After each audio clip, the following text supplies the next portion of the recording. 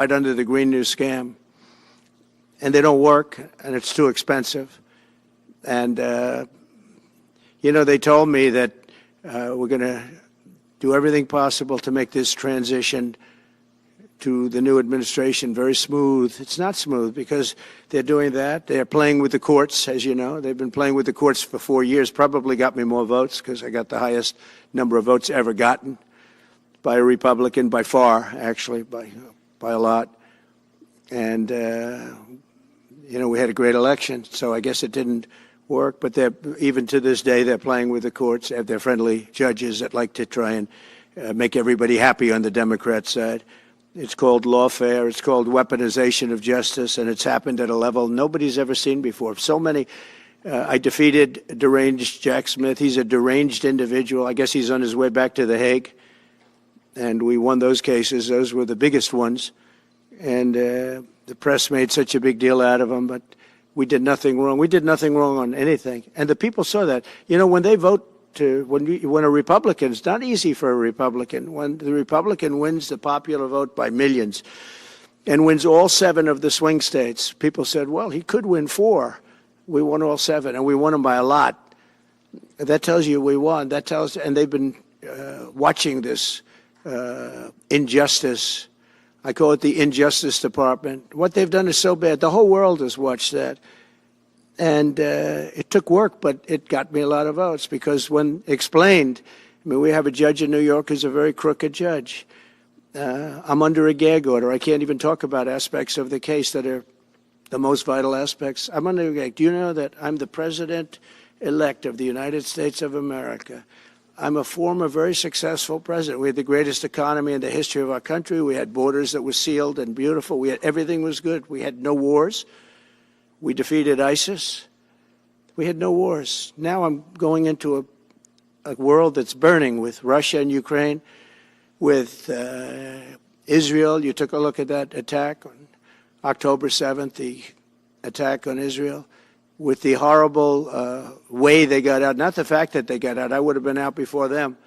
But we would have been out of Afghanistan with dignity and strength as opposed to looking like a bunch of fools with 13 dead and many, many badly, horrifically injured. Nobody ever talks about them. No arms, no legs. Nobody ever talks about them. The way they got out was outrageous, leaving billions of dollars of brand new military equipment that I bought in the hands of the Afghans and specifically the Taliban. It's the group. And we were doing very well. We would have been out. We would have been respected. I think it's one of the reasons it was so badly handled, that withdrawal where people are jumping onto airplanes, falling off the sides of airplanes when they're 3,000 feet in the air. And nobody's ever seen anything like that, the worst. And because of that, I think Russia went and attacked Ukraine. When they saw that, they said, these guys are incompetent. They don't know what they're doing. But we know what we're doing now. And that's going to all end. And we have a great military. I defeated ISIS, as you know. We were in no wars. I just finished a couple. And we got also our soldiers guarding Syria and Turkey. We were in the middle. We had 5,000 soldiers. They would have been gobbled up with 2 armies. We had one army, 300,000. We had another one, 500,000 or 600,000, getting ready. We had 5,000 people in the middle. I said to a general, how do 5,000 people do in that case? And the general just looked at me and said, not well, sir, not well. And I took him out. And you know what happened? Nothing. I got criticized. I saved 5,000 lives, actually. And we did a great job, and we're going to do an even better job because now we have a tremendous amount of experience. We have people that I can rely on. But the 625 million acres, people can't realize. That's like the whole ocean. Take an acre. You know, an acre, you have a house on a half an acre, on a quarter of an acre, or an acre. If you have an acre, you have a big deal. Now you multiply that by 625 million acres. It's like, feels like the whole ocean. And that's our strength, you know. People can say we manufacture, we don't manufacture. The thing we have oil and gas more than anybody in the world. We're going to have more of it, too. But they took away 625 million acres of offshore drilling. Nobody else does that. And they think they have it, but we'll put it back. I'm going to put it back on day one. I'm going to have it revoked on day one. We'll go immediately if we need to. I don't think we should have to go to the courts, but if we do have to go to the courts, you know, they try to be sneaky. They go in and they sign. Remember, this is a man that said he wants the transition to be smooth. Well, you don't do the kind of things. You don't have a judge working real hard to try and embarrass you, because I did nothing wrong. By the way, I did nothing, absolutely nothing wrong. If I did something wrong, I wouldn't be standing here right now, because I've won all these cases. Nobody's ever won so many cases as I have against the Justice Department. I mean, Jack Smith had cases all over the place. People were being subpoenaed, lives were being ruined. They were spending everything they had, money. We were helping them out. We had to. They were subpoenaing people that had no idea what they were even talking about. That's a sick group of people. And it was all to influence the election. It was all a fight against a political opponent. We've never had that in this country. We have had that in certain countries. We've had that in third-tier countries. We've had that in banana republics, but we've never had that in a place like the United States. I don't even know if it's been on a small level. I'm sure it has been on a small level, but this was the largest level ever. They brought this moron out of The Hague. He's a mean guy. He's a mean, nasty guy. His picture was perfect, because you look at his picture, you say, that's a bad guy with his robe, his purple robe. And he executes people. He shouldn't be allowed to execute people, because he'll execute everybody. He's a nut job. But we won all of those cases with him. And, I mean, I don't know the judge in Florida, but we had a brilliant judge in Florida that saw right through it. And we won the case. She was a brilliant judge with great courage. You know, the left, as we call them, the radical left, they have a way, they play the ref, and they play it very hard. They play the ref. They go and say horrible things about judges and prosecutors. And some judges and prosecutors say, look, the only way I'm going to get these people off my back is to give victory to them. They're playing the ref. I think it's illegal what they do. It's almost like talking. It's worse than talking to a judge. But the judge in Florida, Judge Cannon, was brilliant and tough, and she didn't stand for it. And I don't know her. And never met her until the case, and I don't believe I said even one word to her. But she was very, very strong and very, very brilliant. And her opinion was so brilliant that they dropped their appeal. They couldn't beat the appeal. So that's what we're up against. So they say we're going to have a smooth transition. All they do is talk. It's all talk. Everything they do is talk. We're going to have a smooth transition. And then they take 625 million acres and they essentially landmark it so you can't ever drill there again. Well, we're going to be drilling soon. We're going to be opening up Anwar. We're going to be doing all sorts of things that nobody ever thought was even possible. But remember and just to get off the subject, because I couldn't believe it when I heard it yesterday. I couldn't believe the size of it. I mean, you put down a map and put this up. It's just massive. And remember that that's worth probably, I mean, I've had estimates, $40 to $50 trillion. That's more than our national debt. Essentially, he's thrown it away. He's thrown it away. He's taken $50 trillion. So if we owe $35 trillion, he's taken $50 trillion of value and thrown it right out the window. We can't do that. Nobody can do that. One other thing he did yesterday, which was in many ways worse. It's hard to believe it can be worse. He wants all gas heaters out of your homes and apartments. He wants them to be replaced by essentially electric heaters. I don't know what it is with electric. This guy loves electric. We're going to be ending the electric car mandate quickly, by the way. This guy loves electric. And we don't have enough electricity. And then we have AI where we need more. And he wants everybody to have an electric heater instead of a gas heater. Gas heater is much less expensive. The heat is much better. It's a much better heat. As the expression goes, you don't itch. Does anybody have a heater where you go and you're scratching? And that's what they want you to have. They don't want you to have gas where you don't have the problems of the electric. And the source is plentiful. They're much cheaper to operate. They're much better. They work much better. They look much better. 60% of homes and apartments have gas heaters. He wants them all removed quickly. These people are crazy. There's something wrong with them. There's something wrong with them. They also want to go back, and they have already started that, to when you buy a faucet, no water comes out because they want to preserve. Even in areas that have so much water, you don't know what to do. It's called rain. It comes down from heaven. And they want to do, no water comes out of the shower. It goes drip, drip, drip. So what happens, you're in the shower 10 times as long, you know. No water comes out of the faucet. You want to wash your hands. They want to go back to even stronger than what they have right now. As you know, I ended that policy. You can have all the water you want. It makes no difference. It comes weird, especially in certain areas. We have so much water, we don't know what to do with it. But these are all things. They want very, very little water to go into your dishwasher, almost none. And you know what people do? They just keep pressing, pressing, pressing, keep it going. They end up using more water. Likewise, washing machines. They want in your washing machine to have very little water coming out of the washing machine. So when you wash your clothing, you have to wash it 4 times instead of once. You end up using more water.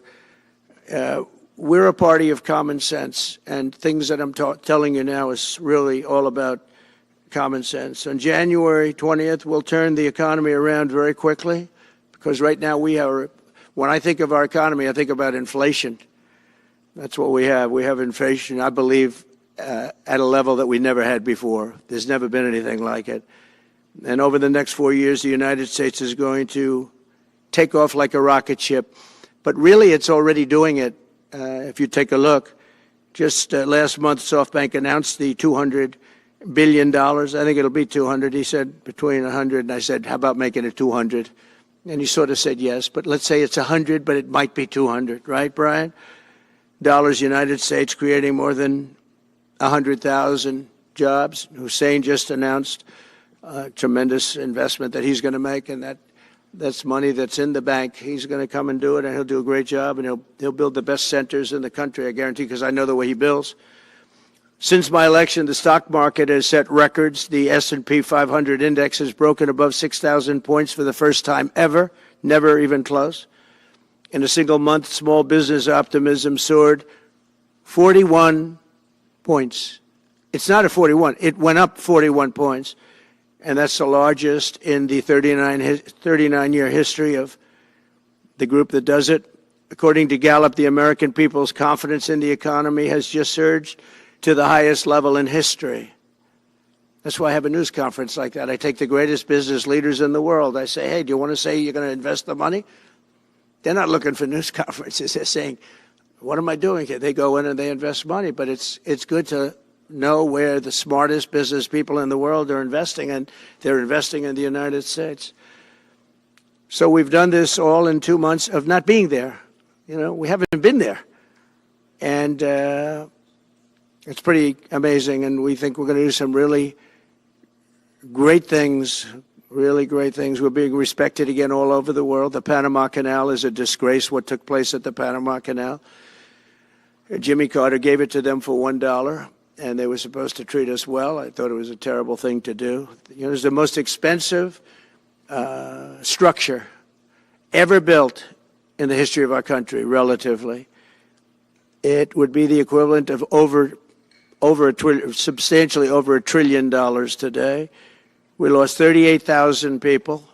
Think of it, 38,000 people, they died from malaria, mosquitoes. They were unable to stop the mosquitoes. They paid people 5 times more to take the job. Many of those people died. We gave it away for $1. But the deal was that, you know, they have to treat us fairly. They don't treat us fairly. They charge more for our ships than they charge for ships of other countries. They charge more for our Navy than they charge for navies of other countries. They laugh at us because they think we're stupid, but we're not stupid anymore. So the Panama Canal is under discussion with them right now. They violated every aspect of the agreement, and they morally violated it also. And they want our help because it's leaking and not in good repair. And they want us to give $3 billion to help fix it. I said, well, why don't you get the money from China? Because China's basically taken it over. China's at both ends of the Panama Canal. China's running the Panama Canal. And they come to see this this guy who should never have been allowed even to run for president. Of course, she shouldn't have either, because that never happened. I had to be two people, not one. But they want $3 billion to fix the Panama Canal that's run by China and makes a lot of money, China. One of the most profitable structures ever built, because you have ships lined up back to Florida, frankly, and they just keep going through, and the numbers are staggering, $500,000 to $1 million a ship. And they took it away from us, meaning we gave it to them for $1. But not going to happen. What they've done to us, they've charged us, they've overcharged our ships, overcharged our Navy. And then when they need repair money, they come to the United States to put it up. We get nothing. Those days are over. Working with the Republican majorities in Congress, will cut taxes, slash regulations, raise wages, and boost incomes at a pace the world has not seen before, and certainly not from our country.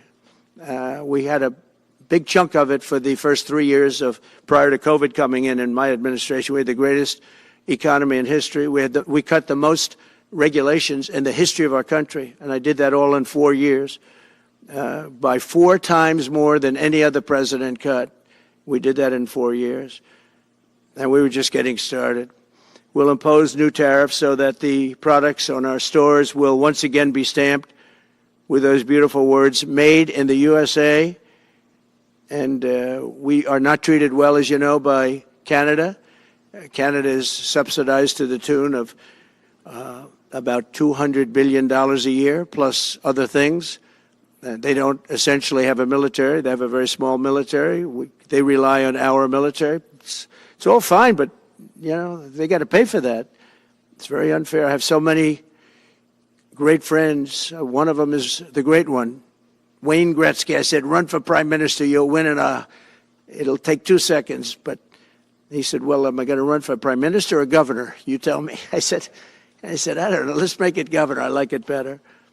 But no, something's going to have to be done. Same thing with Mexico. We have a massive deficit with Mexico, and we help Mexico a lot. They're essentially run by the cartels, and can't let that happen.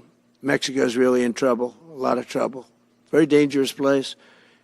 And we're going to be announcing at a future date pretty soon. We're going to change, because we do most of the work there, and it's ours. We're going to be changing, sort of the opposite of Biden, where he's closing everything up, essentially getting rid of $50 to $60 trillion worth of assets. We're going to be changing the name of the Gulf of Mexico to the Gulf of America, which has a beautiful ring that covers a lot of territory. The Gulf of America, what a beautiful name. And it's appropriate. It's appropriate. And Mexico has to stop allowing millions of people to pour into our country. They can stop them. And we're going to put very serious tariffs on Mexico and Canada, because Canada, they come through Canada too. And the drugs that are coming through are at record numbers, record numbers. So we're going to make up for that by putting tariffs on Mexico and Canada, substantial tariffs. And we want to get along with everybody, but, you know, they have to, it takes two to tango. We're approaching the dawn of America's golden age. It's going to be a golden age for America. We have things that nobody else has. We have more natural resources. We have, number one, nobody knew that until I came along. I made us number one. We were number 3. I made us number 1 in a very short period of time in drilling. And, you know, you can talk about windmills. They litter our country. They're littered all over our country, like dropping paper, like dropping garbage in a field. And that's what happens to them, because in a period of time, they turn to garbage. Most expensive energy ever. They only work if you get subsidy. The only people that want them are the people that are getting rich off windmills, getting massive subsidies from the U.S. government.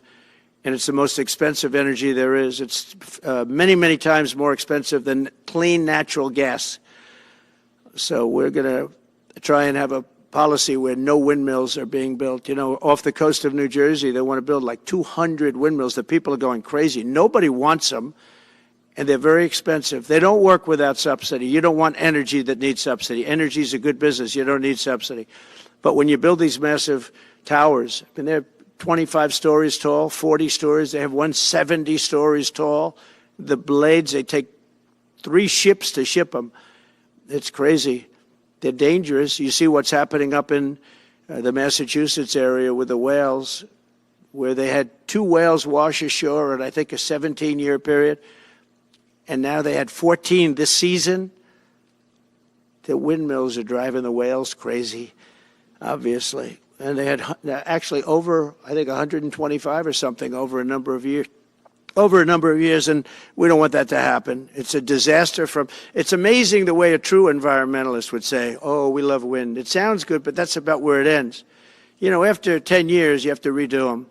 And what happens is they don't do that. They let them stand and they rust, and they say, because of the environment, I'm not a believer in this, but they say you can't, because it's a certain fiberglass, that the blades cannot be buried in earth, that's an environment. So what do you do with them? What do you do with them? And I don't know if you've ever gone to Palm Springs, California, or any of these places where you have long-term windmills standing. They're a disaster. They're rusting, rotting, closed, falling down. This is as you enter Palm Springs. And they put new ones next to them because nobody wants to take them down, because why should they take them down? It's very expensive to take them down. And you can't do anything with them because the blades, you can't bury them because of the environmental protection. We'll look at that. Doesn't make sense, but that's what they say. So we are at the beginning of a great, beautiful golden age of business. And I think we're also at a golden age of common sense, because everything I'm saying to you, from a simple water faucet that doesn't allow water to come out appropriately, to all of the other elements of what we do and what we're going to do, to take $50 to $60 trillion off our country's balance sheet because some man that has no idea what he's doing, he has no idea. You know it, I know it, the Democrats know it. What they did is a crime by allowing that to happen. And I'll bet you, if you asked him today, how much acreage did you submit? Essentially, did you destroy? You destroyed the economic viability of drilling in the ocean.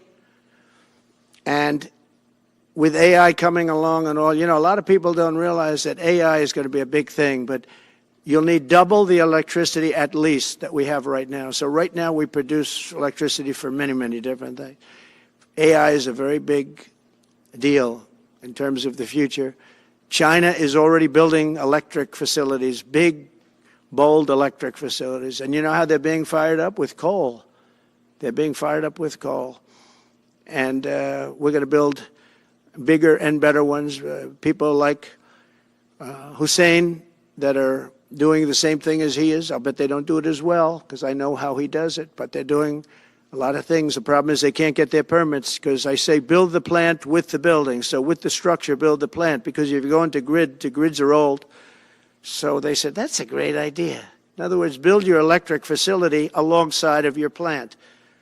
And you could have extra output if you want, because once you build it, you can make it larger pretty inexpensively. You could have extra output, which you'll sell to the public, but build it with the plant, and people are loving that idea. So we're going to have a lot of fun making America great again, and it's going to happen, I think, very, very quickly. It's already happened. So I would say this, and this has been pretty openly reported by the news. There's never been anything like what's happened in the list since we won the election. Couple of months since we won the election, the whole perception of the whole world is different. People from other countries have called me. They said, thank you. Thank you. The perception of the whole world is different. We're going to have to settle some big problems that are going on right now. We're going to have to settle up with Russia, Ukraine. That's a disaster. I look at numbers every week, the number of people being killed in that war. People don't know, mostly soldiers now. But the towns have been obliterated. This was a Biden fiasco that that should have never happened. If we had a real president, if we had a president that knew what he was doing, Russia would have never, ever gone in. But they did go in, and we have a mess. The cities are all blown up. The people have largely left.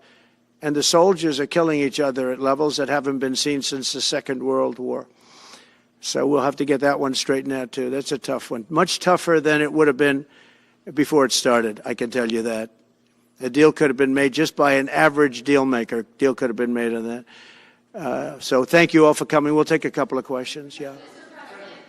Go ahead, please. Mr. President, thank you. I wanted to touch on the world on fire that you mentioned, but let's start, if we could, with your references to Greenland and the Panama Canal, so forth. Can you assure the world that as you try to get control of these areas, you are not going to use military or economic coercion? No. And can you tell us a little bit about what your plan is? Are you going to negotiate a new treaty? Are you going to ask the Canadians to hold a vote? What is the strategy? Yeah, I can't assure you, you're talking about Panama and Greenland. No, I can't assure you on either of those two. But I can say this, we need them for economic security. The Panama Canal was built for our military. I'm not going to commit to that now. It might be that you'll have to do something. Look, the Panama Canal is vital to our country. It's being operated by China. China. And we gave the Panama Canal to Panama. We didn't give it to China. And they've abused it. They've abused that gift. It should have never been made, by the way. Giving the Panama Canal is why Jimmy Carter lost the election, in my opinion, more so maybe than the hostages. The hostages were a big deal. But if you remember, and nobody wants to talk about the Panama Canal now because, you know, it's inappropriate, I guess, but because it's a bad part of the Carter legacy. But he was a good man. Look, he was a good man. I knew him a little bit, and he was a very fine person, but that was a big mistake. Giving the Panama Canal to Panama was a very big mistake. We lost 38,000 people. It cost us the equivalent of $1 trillion, maybe more than that. Probably the most expensive, they say it was the most expensive structure, if we call it a structure, which I guess you can, ever built. And giving that away was a horrible thing. And I believe that's why Jimmy Carter lost the election, even more so than the hostages. Those two things. If I could just follow up on Ukraine and Iran, the two negotiations you'll be heading into. On Ukraine, you said just before it's a lot more complicated now. Much more complicated. Do you believe... Because it would have never started. Right, but it has started. Well, not only started, the cities are largely knocked down. So you've got what you've got. At this point, to hold on to leverage in dealing with President Putin, would you make a commitment to the Ukrainians that you will keep supporting them during the negotiations? Well, I wouldn't tell you if that were the case. Would you make a commitment to provide a security guarantee if they do enter into an armistice or a ceasefire along the lines that the French and the Germans? So, you know, a big part of the problem was Russia for many, many years, long before Putin said you could never have NATO involved with Ukraine. Now, they've said that. That's been like written in stone. And somewhere along the line, Biden said, no, they should be able to join NATO. Well, then Russia has somebody right on their doorstep, and I could understand their feeling about that. But there were a lot of mistakes made in that negotiation. And when I heard the way that Biden was negotiating, I said, you're going to end up in a war. And it turned out to be a very bad war. And it could escalate. That war could escalate to be much worse than it is right now. They can never join NATO. Well, my view is that it was always understood. In fact, I believe that they had a deal, and then Biden broke it. They had a deal which would have been a satisfactory deal to Ukraine and everybody else, but that Biden said, no, you have to be able to join NATO. And that's always been, and nobody knows more about NATO than I. You know, years ago when I first started this, I didn't know too much about NATO, but I got it right anyway. I said they're taking advantage. I'm the one that got, and the Secretary General was here, as you know, 2 weeks ago, saying that if it weren't for me, NATO wouldn't even exist right now, because I raised from countries that weren't paying their bills. At that time, 28 countries, 20 of them were not paying their bills, 21 to be exact. They weren't paying, or they were paying a very small portion. And I raised over $680 billion, that was the number he gave, by saying, if you don't pay, we're not going to protect you. And as soon as I said that, the money came pouring in. But Obama could have said it. Other people could have said it. Bush could have said it. Nobody said it but me. I took a lot of heat. They said, oh, that's a threatening statement. Well, they weren't paying their bills. I said, we're not going to protect you if you're not paying the bills. So in a true sense, I saved NATO, but NATO's taken advantage of us. And one of the problems that I have, and I've said it openly, I said it to President Zelensky, Europe is in for a tiny fraction of the money that we're in. Now, whether you like that situation or not, Europe is much more affected than the United States. We have a thing called the ocean in between us, right? Why are we in for billions and billions of dollars more money than Europe? And, you know, they're a similar size, a little smaller, but they're a similar size economy as the United States when you add them up. And yet Europe is in for a small fraction of the number the United States is in. Now, Biden could have called them up during the term. That's what I did. I said, you have to pay your bills. And they all, one stood up. I won't say who. You'll probably have it because the papers, the media hated to report on it. But a prime minister stood up from a country, you know, a famous meeting of 28 nations with no press, no anybody in the room. He stood up. He says, does that mean if we don't pay our bill, and at that point it was 2%, it should be 5%. It should be 5%, not 2%. But at that point it was 2%. But many people didn't pay. Some people didn't pay anything. But many people were way, including Germany. Germany was at less than 1%. You're going to press for 5%? Well, I think NATO should have 5%, yeah. Well, you can't do it at 2%. I mean, at 2%, every country, if you're going to have a country in a regular military, you're at 4%. I think they should be, you know, they're in dangerous territory. I think you should be, they can all afford it, but they should be at 5%, not 2%. I'm the one that got them to pay 2%. But a gentleman stood up, a prime minister stood up, and he said to me, sir, could I ask you a question? You're saying we have to pay our bills. If we don't pay our bills, will the United States protect us from Russia? I said, if you don't pay, you mean you're delinquent? He said, yes. He said, if you're delinquent, we will not protect you. I took a lot of heat, although it was somewhat closed door. I took a lot of heat from the media. And you know what happened? The money started pouring in. That's why NATO has money. And the Secretary General said it was the most incredible thing he had ever seen in a negotiation. Now, if I would have said, yes, we will, nobody would have paid. If I would have loved to say, yes, we'll protect you even if you don't pay. But that's not the way life works. Mr. President, two questions related to each other. First, you said on your first day of office you're going to pardon January 6th defendants. Are you planning to pardon those who were charged with violent offenses? Well, we're looking at it, and we have other people in there. And as you see, I guess 24 or 28 people came now from the FBI. That came out very quietly. Nobody reported it, but they had people in some form related to the FBI. They had 4 or 5 people that were strongly related to the FBI. We have to find out about that. We have to find out about Hezbollah. We have to find out about who exactly was in that whole thing, because people that did some bad things were not prosecuted. You know, I see it all the time, and you see it too. People that were doing some bad things weren't prosecuted, and people that didn't even walk into the building are in jail right now. So we'll be looking at the whole thing, but I'll be making major pardons. Yes, please. Sorry, just one more follow-up. Please. On Jack Smith's report. Good afternoon, Mr. President. It's good to see you again. 2 questions about Syria and the ongoing war in Gaza. About Syria, the Pentagon disclosed last month the U.S. has some 2,000 troops in Syria. That's almost double the number initially we were told of 900. Will you keep that troop capacity the same upon taking over? Well, I won't tell you that because that's part of a military strategy, but I will say it was Turkey. Turkey's been after that country in different names and different forms and shapes for 2,000 years. Those people that went in are from Turkey.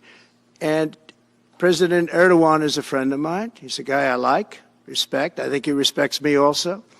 He's the one that didn't go after certain people after I requested that he not. You know who I'm talking about, the Kurds.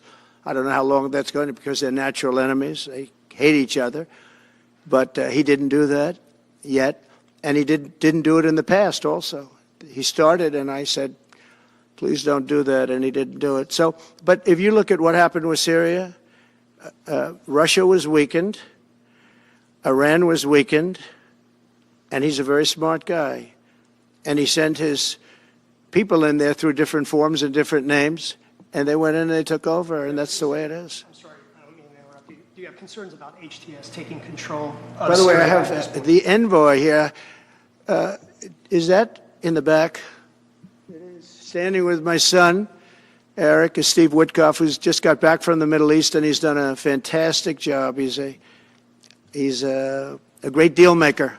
I said, what we need there is a deal maker, because nobody makes a deal. We have people that understand where the rivers are and where the meets and bounds are, but they can't talk. They can't make deals. Steve's done a great job. I just want to thank you, Steve. You've been working endlessly for months, and he's working specifically on the hostages, trying to get them back. Well, that was my second question. Is Hamas Steve, come up for a second. Maybe you might want to say a couple of words. Sir, I didn't- Hamas released another hostage I didn't know Steve was going to be here, actually. Neither did I. He's done a fantastic job, and it's a dangerous job, too, and we appreciate it. He didn't know about this kind of danger and the other deal-making he does. Now he sees a lot of big danger. Come on up, Steve. Mr. President, can I ask you a second part of that? Hamas Yeah, released just one another second, hostage please. video. I'm going to give you a little report on the hostages, if I can. Steve? Thank you very much. Thank you, Mr. President. Wow. Well, I think we're making a lot of progress, and I don't want to say too much, because I think that some really great progress, and I'm really hopeful that by the inaugural, we'll have some good things to announce on behalf of the President. I actually believe that we're working in tandem in a really good way, but it's the President, his reputation, the things that he has said that are driving this negotiation, and so hopefully it'll all work out and we'll save some lives.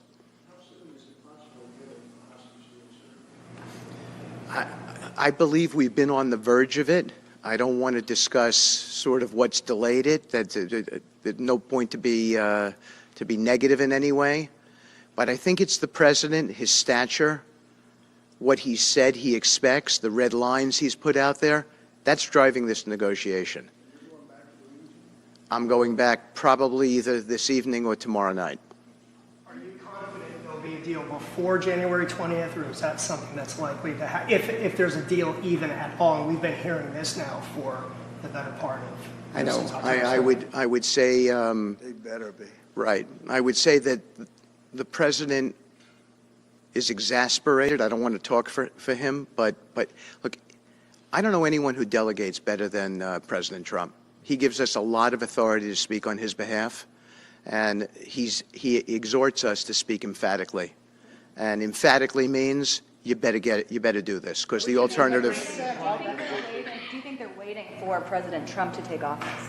No, I think they heard him loud and clear. Better get done by the inaugural. But when you say all hell will Before be I paid, take or office. all hell must be paid if they don't release the You know what that hostages. means, don't you? Well- Do I have to define it for you? Look, all No, I know hell you're not will gonna break out. telegraph If what- those hostages aren't back, I don't want to hurt your negotiation.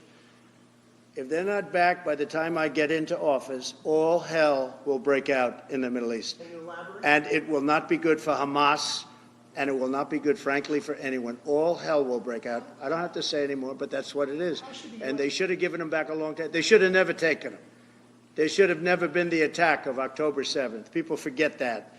But there was, and many people are killed. They're no longer hostages. I have people from Israel and others calling, begging me to get, we had also people there from the United States, just so you know. They're holding some so-called hostages from the U.S. But I've had mothers come to me and fathers crying, can I get the body of their son back? Can I get the body of their daughter back? That beautiful girl where they threw her in the car, pulled her by her ponytail and threw her in the car like she was a sack of potatoes. I said, what happened to her? Sir, she's dead. Like a 19, 20-year-old beautiful girl. And the way they treated her. And I just say it this very simply. Steve's got a job to do. He's a great guy, great negotiator, great person. They respect him over there already. It's what we needed over there. We have people that know everything about the Middle East, but they can't speak properly. They don't know. He's a great negotiator. That's what I needed. I could have sent that gentleman right over there, Hussein. He's a great negotiator. There are people, they're rare. Great negotiators are very rare, like a great surgeon. But we have the right person. But I tell this, I don't want to hurt the negotiation. If the deal isn't done before I take office, which is now going to be 2 weeks, all hell will break out in the Middle East. Okay? Thank you, Mr. Thank you. President. You've done a great job. Thank you. Mr. President, Mr. President, more than 140 police officers were injured by rioters on January 6th. Will you pardon anyone who attacked a police officer? Well, you know, the only one that was killed was a beautiful young lady named Ashley Babbitt. She was killed, and there was actually somebody else that was killed, also a MAGA person, but people don't give it 100% credibility. I'm going to find out about it, and we're going to find out. But Ashley Babbitt was killed. She was shot.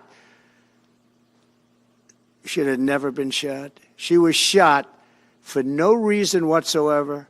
In fact, they say that she was trying to hold back the crowd, and the crowd was made up of a lot of different people, so we'll see. But I will tell you this, the person that was killed was Ashley Babbitt. The other thing is, when they talk, you know, there was never charges of insurrection or anything like that.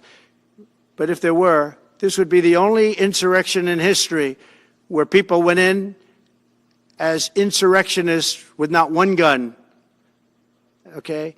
And let me tell you, the people that you're talking about have a lot of guns in their home for hunting and for shooting and for entertainment, a lot of good reasons. But there wasn't one gun that they found. And why didn't they find the bomber, the pipe bomber? You know, they know who the pipe bomber is. The FBI knows who it is. The status of the FBI has gone down so far, and the status of the DOJ, or as I call it, the Department of Justice, it's the Department of Injustice. It's being laughed at all over the world. And hopefully with Pam Bondi and with Kash Patel and with other people that we're putting in, that will all come back. If you do a poll in the FBI, I guarantee I'm at like 90% with the agents of the FBI, but they have hurt that incredible place. Law enforcement, I mean, you think of the FBI, they raided this house. By the way, they could have told me, could I see this? I would have given them, I actually told them, come in anytime you want. You can see anything. They raided the house and the case was dismissed. And now I'm in litigation. I'm suing them for doing that. And I feel so badly doing it. I'm the president of the United States, and I'm suing the United States, but I'm suing them for other things, too. The FBI has gone so, its reputation has been so horribly hurt between Comey, who is the worst, and all of the others. What's happened to the FBI is, and we're going to make it great again. We're going to make the FBI great again. We're going to make the Department of Justice fair and strong, but fair again, because all they did was attack me because I'm their political opponent, and that includes with local judges like Marchand. You ought to find out. Ask them, why do I have a gag order where I'm not allowed to speak? Think of it. I'm the President of the United States, and I'm not allowed to speak. Why? Because if I did speak, people would understand the scam. It's a scam. And we have very dishonest judges, and New York judges are very bad. We had one that valued this house at $18 million because it was good for their case. He actually valued that chandelier is worth more than $18 million. He valued this house at $18 million. And we have another one who was so nasty, so horrible, such a brute, most vicious, vile person. These are New York judges. But we've won most of the cases, so we're very happy about that. Please. Back on Greenland, your position is clear, but have you directed your staff to take these specific actions to draw plans? And can you elaborate again? You didn't rule out military coercion. Well, we need Greenland for national security purposes. I've been told that for a long time, long before I even ran. I mean, people have been talking about it for a long time. You have approximately 45,000 people there. People really don't even know if Denmark has any legal right to it. But if they do, they should give it up because we need it for national security. That's for the free world. I'm talking about protecting the free world. You look at, you don't even need binoculars. You look outside, you have China ships all over the place. You have Russian ships all over the place. We're not letting that happen. We're not letting it happen. And if Denmark wants to get to a conclusion, but nobody knows if they even have any right, title, or interest. The people are going to probably vote for independence or to come into the United States. But if they did do that, then I would tariff Denmark at a very high level. Have you asked your staff to draw plans for acquisition? I mean, are you active? No, we're not at that stage, but we have people. I haven't even entered office yet. Secondly, sir, Elon drawn some criticism and a lot of attention for some of his actions and provocative statements about foreign affairs, including in Europe. Your reaction to that, is that appropriate for... You mean where he likes people that tended to be conservative? I don't know the people. I can say Elon's doing a good job, very smart guy. I don't know the people you're talking about. He was, I know he said some negative things about a couple of people that are running for office, but that's not so unusual. Yes, please. I wanted to ask you about Ukraine and Putin. How soon do you anticipate going to meet with Putin to discuss the Ukraine situation? Well, I can't tell you that, but I know that Putin would like to meet. I don't think it's appropriate that I meet until after the 20th, which I hate, because, you know, every day people are being, many young people are being killed, soldiers. You know, the land is very flat, and hundreds of thousands of soldiers from each, many hundreds of thousands from each side are dead, and they're laying in fields all over the place. Nobody to even collect. There's landmines all over. It's a disaster. But it's very flat. It's great. It's farmland, and it's very flat. And the only thing that stops a bullet is the human body. And the human body is stopping a lot of bullets. Within the I hope first so. 3 to 6 I hope to have 6 months. First 3 to 6 No, I would think, I hope long before 6 months. Look, Russia's losing a lot of young people, and so is Ukraine. And it should have never been started. That's a war that should have never happened. I guarantee you, if I were president, that war would have never happened. Who would you like to nominate to replace Michael Barr as vice chair of the military? I'll be announcing somebody. Mr. President, if we were to work under the assumption that you're serious about making Canada 51st state of the United States, the leader of the Conservative Party in Canada said, under no circumstance will it ever be the 51st state. Maybe he won't win, but maybe he will. I don't care. You had suggested. Listen, I don't care what he says. But Sir, real fast, you said you were considering military force to acquire Panama and Greenland. Are you also considering military force to annex and acquire Canada? No, economic force, because Canada and the United States, that would really be something. You get rid of that artificially drawn line, and you take a look at what that looks like, and it would also be much better for national security. Don't forget, we basically protect Canada. But here's the problem with Canada. So many friends up there. I love the Canadian people. They're great. But we're spending hundreds of billions a year to protect it.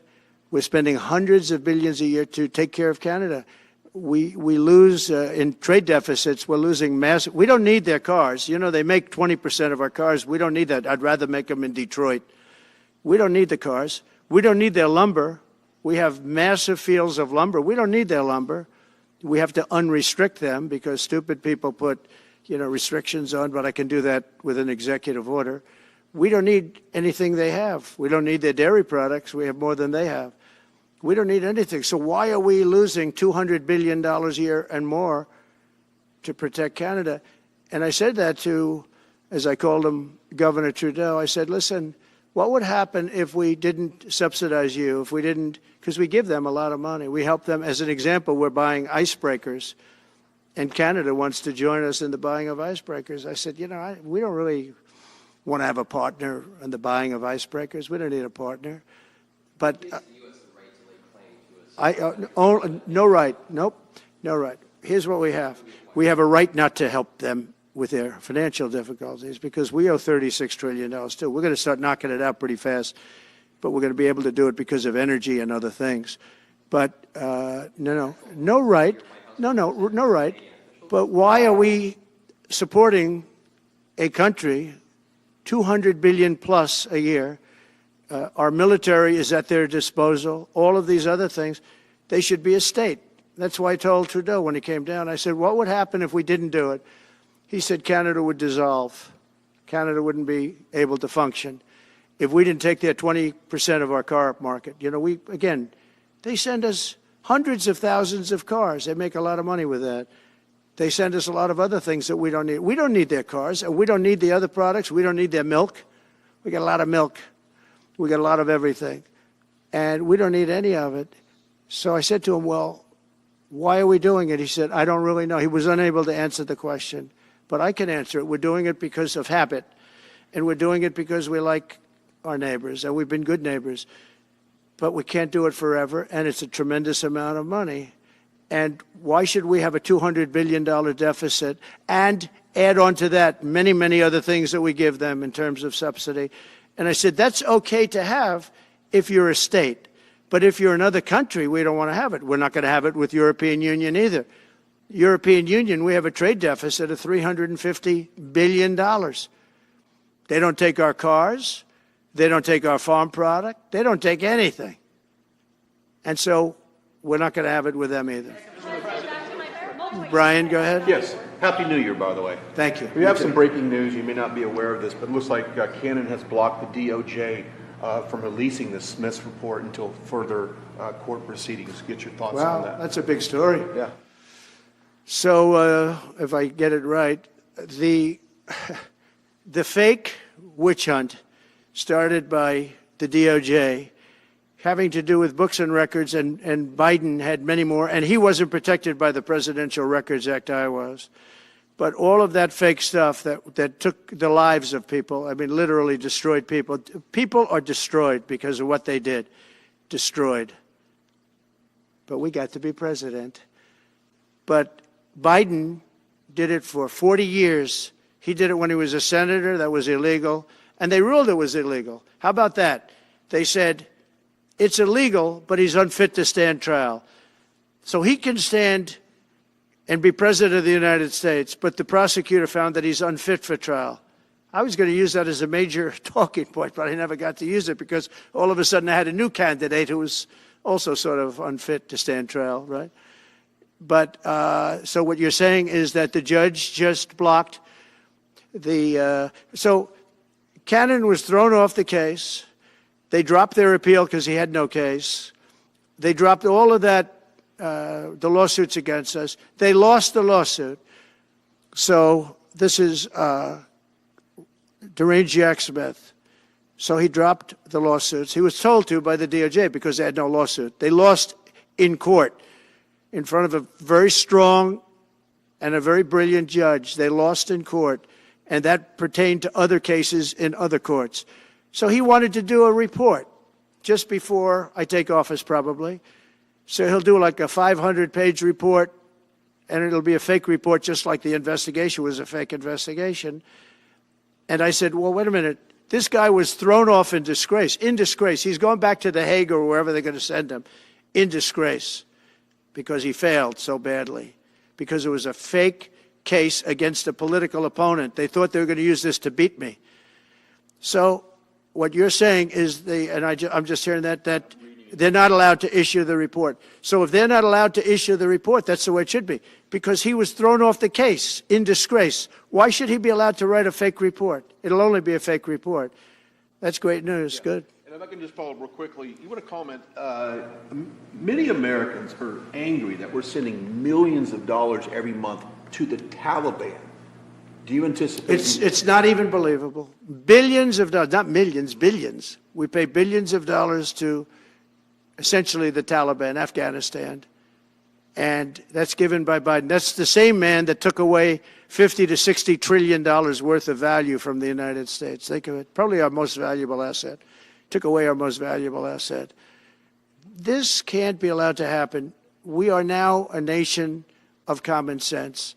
When he does that, 625 million acres, this can't be allowed to happen. Thank you for the information. Yes, sir.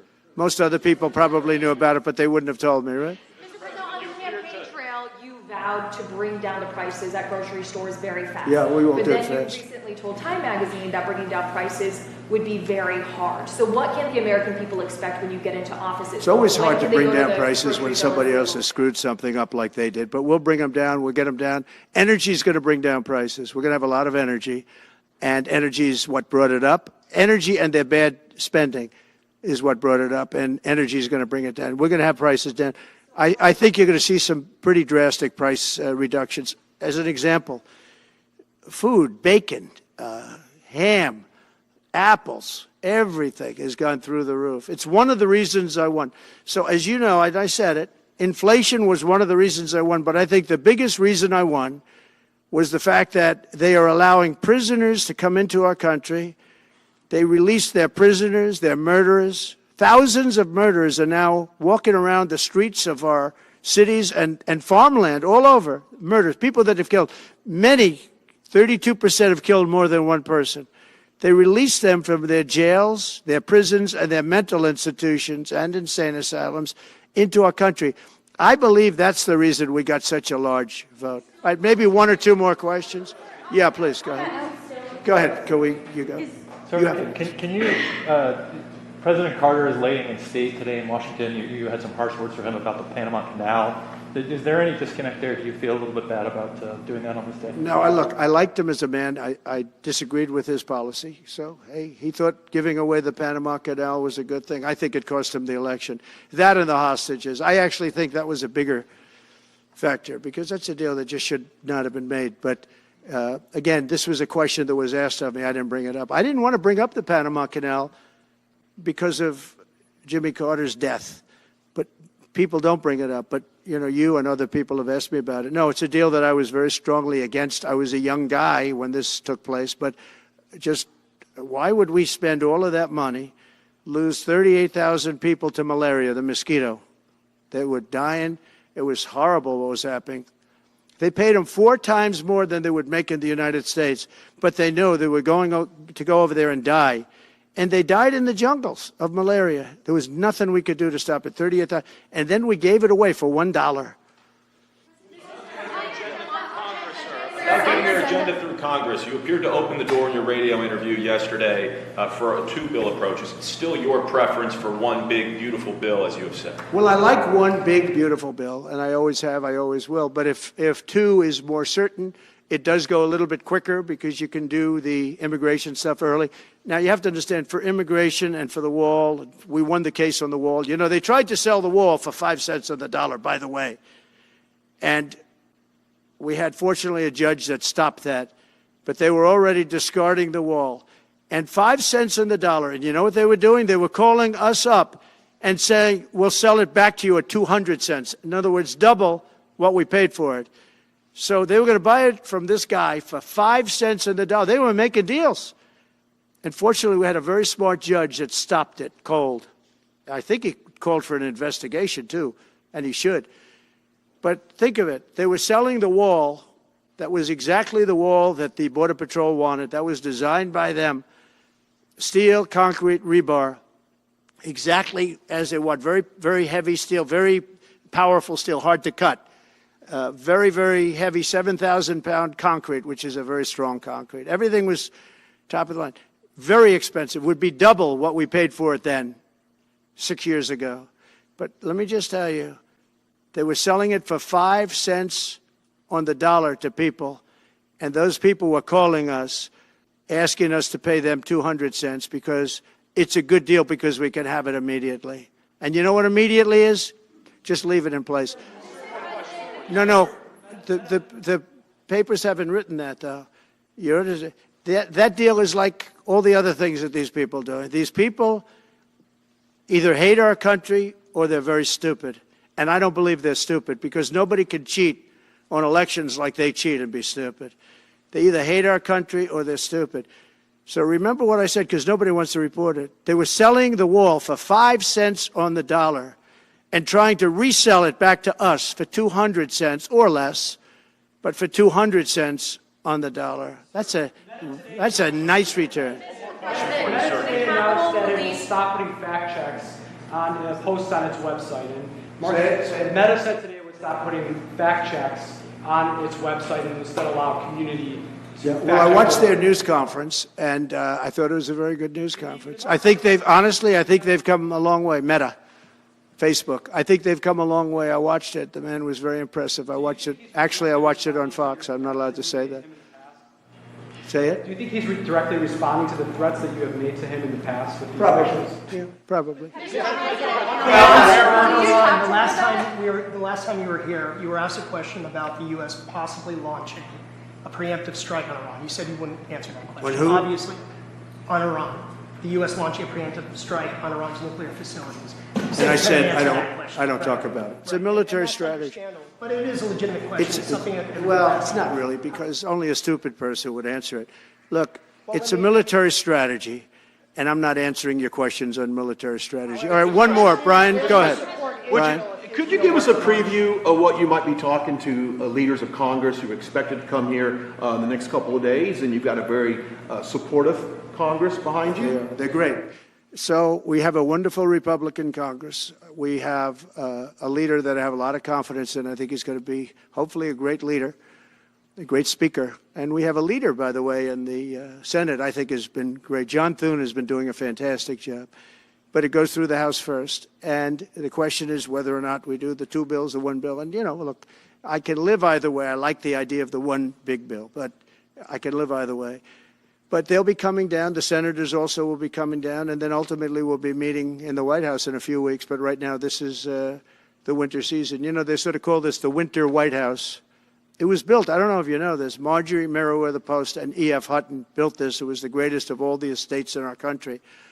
And I saved it, and I got a lot of credit for saving it. Most of these big, great houses have been knocked down in Palm Beach, just about all of them, actually. And they, you know, you'd build 10 mansions on one site, but we saved it. But this was built as the Southern White House, and she gave it to the government. And by the way, Jimmy Carter gave it back. He said it's too expensive for the United States. So I didn't realize that. Real quick, I was just told. Actually, Jimmy Carter, Nixon was through Watergate. He came down. Nixon came here once, and he thought it was incredible. But he had a thing called Watergate, if anybody remembers that, and in his mind, to put it mildly. And Jimmy Carter felt that it was too extravagant for the country. So fortunately for me, he gave it back to the foundation, and I bought it from the foundation.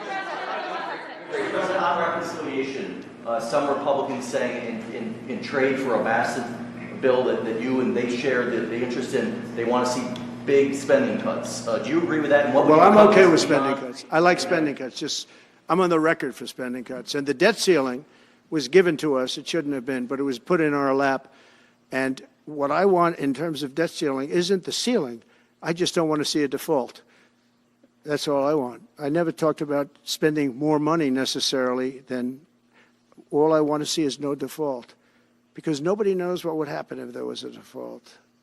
It could be 1929 and it could be nothing, but that was put into our lap, and it shouldn't have been, but it was, and so we'll handle it. But debt ceiling is not about raising a lot of money. It's really just about extending it.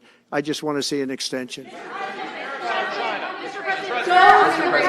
On immigration, how much can you do by executive order? Are you planning to do on executive order when it comes to immigration? And how much do you want Congress to tackle this issue? And also on day one, well, I had the safest border in the history of our country by far. You remember the famous chart that I brought down. I love that chart very much for a lot of reasons. But I have the safest border by far in the history of our country. And when I took it over, it was a mess. Nothing like it is now. This is 10 times worse. I got elected because of the border the first time, and I think I got elected largely because of the border the third time. And the second time I did equally well. Well, not as well as the last time, but I did very well. And I will say, this was too big to rig. You know the expression? Too big to rig. They couldn't do it. They tried, but they couldn't do it. I didn't get very much from Congress at all. I just said that we're being invaded, and I took the money out of the military. Much of the wall, I built over 500 miles of wall. Much of that wall was built through money that I put into the military. We took it out because we couldn't get things from Congress in those days, and we took it out. And that wall was built largely with money coming from the military. So, very simple. I went to the military, I said, our country is being invaded by very similar, nothing like what's invading our country now. They weren't releasing prisons into our country, and they weren't releasing mental institutions in, but some bad dudes were coming in, right? And I said, our country is being invaded. And I took that money largely from the military. I was sued 9 times by the Democrats in Congress, and I won all those suits. And we ended up building 571 miles of wall. Once that wall was built, they start going around it. So we're going to add another 200. That would have been up in 3 weeks. And then we had a very unfortunate election result. And they said, we don't want to put it up. We'll sell it. And they started selling it for 5 cents on the dollar. What a second. So we'll do this again. I just want to thank everybody very much. I'm just telling you, this will be the golden age of America. This is the golden age of America. We're going to have a great country again. We're a country right now under siege. We have so many different problems, and nobody respects us overseas, but now they do. The Italian Prime Minister, as you know, came here the other night, just flew in and flew out. She wanted to see me. And great respect is being shown when I went to the cathedral in France. Great respect was shown by the Prime Minister, the President, by everybody. France was, and by the way, I have to say they did a great job in the cathedral. But great respect is being shown to our country again. And we have a great country, but we have to run it properly. It's going to be run properly. We want to get back those hostages for Israel and for us. You know, we do have people that are hostages being held. And I'll just say it again. If this deal's not done with the people representing our nation, by the time I get to office, all hell is going to be with you. Many things are happening that are exciting, very exciting for our country. And we're honored to welcome one of the most respected business leaders in the Middle East, indeed the world. He's a founder and chairman of Damac Properties, Hussein Sejwani, a very respected gentleman. And I'm thrilled to announce today that Damac will be investing at least $20 billion over a very short period of time into the United States, and they may go double or even somewhat more than double that amount of money. It's a great thing, and I believe he will say that he's doing it because of the fact that he was very inspired by the election. They wouldn't do it without that election, I can tell you. A lot of people wouldn't. You saw last week where we have somebody who's going to go from $100 to $200 billion, and we have many other people, and we'll be bringing some of them out. Some of them like to do it somewhat more quietly, and some don't, and they feel so strongly about the country that they want to let people know about it. But it's an honor to have such a great investor investing in our country. The investment will support massive new data centers across the Midwest, the Sun Belt area, and also to keep America on the cutting edge of technology and artificial intelligence. He's very big into the data centers, and that's going to be a very hot item in the coming years, as you know, with AI. In particular, the first phase of the project will be in Texas, Arizona, Oklahoma, Louisiana, Ohio, Illinois, Michigan, and Indiana, those places. And Hussein, I'd love you to come up and say a few words. Thank you very much. Thank you. Thank you. Thank you, Mr. President. It's been amazing news for me and my family when he was elected in November. We've been waiting 4 years to increase our investments in U.S. to a very large amount of money. We are a company operating in more than 20 countries around the world. We have delivered more than 45,000 luxury units and another 45,000 in the pipeline. In data center, we are in 10 countries around the world, in Asia, Europe, and Middle East. And we're very, very excited now with his leadership and his open strategy and policy to encourage businesses to come to U.S. For the last 4 years, we've been waiting for this moment. And we're planning to invest $20 billion and even more than that if the opportunity in the market allow us. But at the moment, we're planning $20 billion in data center, catering for the AI and cloud business for the hyperscalers. Fantastic. Thank you, Mr. Great President. honor. Thank you very much. So nice. And that man knows what he's doing. He knows. So, Hussein, we're going to work with you and make sure everything goes smoothly. We have powers that haven't really been used in terms of environmental. If you invest over $1 billion in the United States, we're going to give expedited reviews to everybody because everyone's afraid they're going to come in and get caught in the quagmire, which is very prevalent in the United States, unfortunately, the quagmire of environmental and various other regulations and rules. And I made it a point of telling people if you invest $1 billion or more, and we'll do this for people with far less too, but we guarantee it. We're going to move them quickly through the environmental process. Sometimes people are held up 12, 13, 14, 15 years. I saw it with plants in Louisiana where I got it approved in literally a week. They were through the review in 1 week after spending 14 and a half years trying to get it, and they were going nowhere. It was a terrible thing. So I've been a victim of that myself over the years, and I think I know all the games and all the tricks that are played, and much of it is just done to stop progress. So we're going to be helping you and everybody else that comes to the United States and wants to invest their money, that you don't get tied up for the rest of your life and you can't do anything. This commitment further underscores that many of the greatest business leaders on earth are seeing a very bright economic future for America since the election. As you know, a lot of positive things have happened.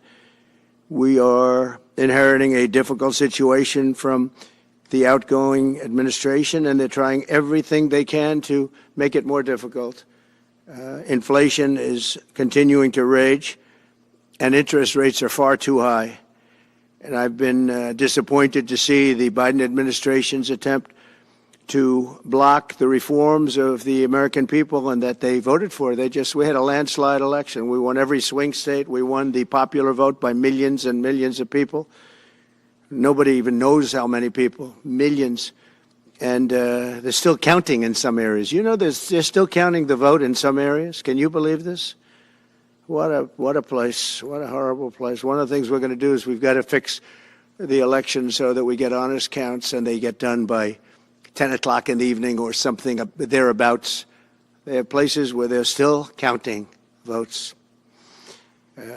President Biden's actions yesterday on offshore drilling, banning offshore drilling, will not stand. I will reverse it immediately. It'll be done immediately. And we will drill, baby, drill. And we're going to be drilling in a lot of other locations. And the energy costs are going to come way down. They'll be brought down to a very low level. And that's going to bring everything else down. That's what caused it to go up, along with the ridiculous spending on the Green New scam. All this money, trillions of dollars. It's like throwing it right out the window, what they're doing. And they're trying to spend so much now. They're just taking money and giving it to anybody that wants it for any project at all, if it's certified under the Green New scam. And they don't work, and it's too expensive. And, you know, they told me that we're going to do everything possible to make this transition to the new administration very smooth. It's not smooth because they're doing that. They're playing with the courts, as you know. They've been playing with the courts for 4 years, probably got me more votes because I got the highest number of votes ever gotten by a Republican, by far, actually, by a lot. And, you know, we had a great election, so I guess it didn't work. But even to this day, they're playing with the courts. They have their friendly judges that like to try and make everybody happy on the Democrat side.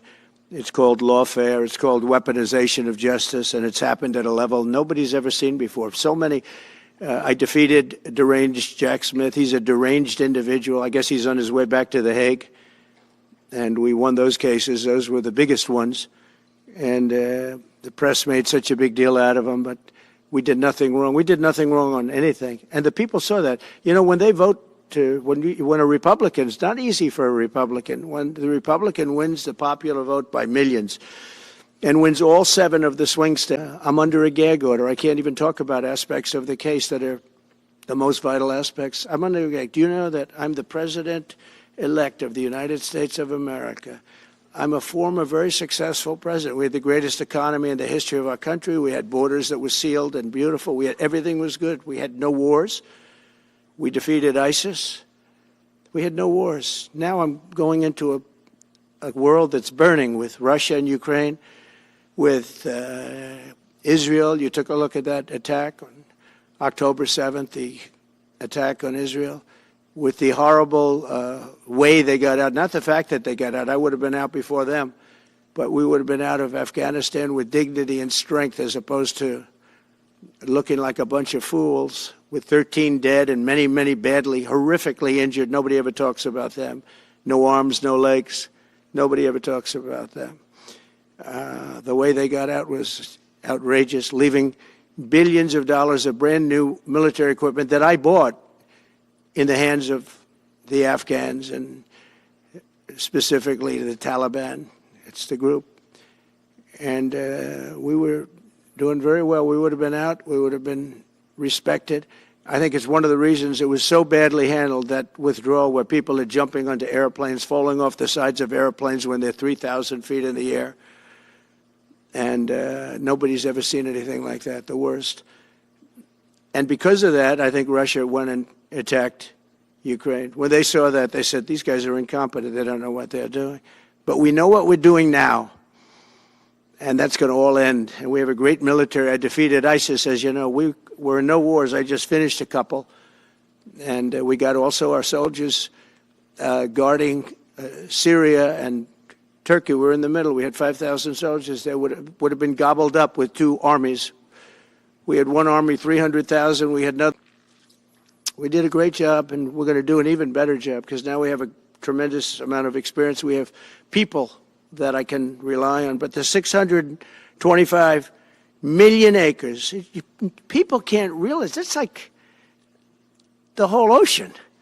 Take an acre. You know, an acre, you have a house on a half an acre, on a quarter of an acre, or an acre. If you have an acre, you have a big deal. Now you multiply that by 625 million acres. It's like, feels like the whole ocean. And that's our strength, you know. People can say we manufacture, we don't manufacture. The thing we have oil and gas more than anybody in the world. We're going to have more of it, too. But they took away 625 million acres of offshore drilling. Nobody else does that. And they think they have it, but we'll put it back. I'm going to put it back on day one. I'm going to have it revoked on day one. We'll go immediately if we need to. I don't think we should have to go to the courts, but if we do have to go to the courts, you know, they try to be sneaky. They go in and they sign. Remember, this is a man that said he wants the transition to be smooth. Well, you don't do the kind of things. You don't have a judge working real hard to try and embarrass you, because I did nothing wrong. By the way, I did nothing, absolutely nothing wrong. If I did something wrong, I wouldn't be standing here right now, because I've won all these cases. Nobody's ever won so many cases as I have against the Justice Department. I mean, Jack Smith had cases all over the place. People were being subpoenaed, lives were being ruined. They were spending everything they had, money. We were helping them out. We had to. They were subpoenaing people that had no idea what they were even talking about. That's a sick group of people. And it was all to influence the election. It was all a fight against a political opponent. We've never had that in this country. We have had that in certain countries. We've had that in third-tier countries. We've had that in banana republics, but we've never had that in a place like the United States. I don't even know if it's been on a small level. I'm sure it has been on a small level, but this was the largest level ever. They brought this moron out of The Hague. He's a mean guy. He's a mean, nasty guy. His picture was perfect, because you look at his picture, you say, that's a bad guy with his robe, his purple robe. And he executes people. He shouldn't be allowed to execute people, because he'll execute everybody. He's a nut job. But we won all of those cases with him. And, I mean, I don't know the judge in Florida, but we had a brilliant judge in Florida that prosecutors say, look, the only way I'm going to get these people off my back is to give victory to them. They're playing the ref. I think it's illegal what they do. It's almost like talking. It's worse than talking to a judge. But the judge in Florida, Judge Cannon, was brilliant and tough, and she didn't stand for it. And I don't know her. And never met her until the case, and I don't believe I said even one word to her. But she was very, very strong.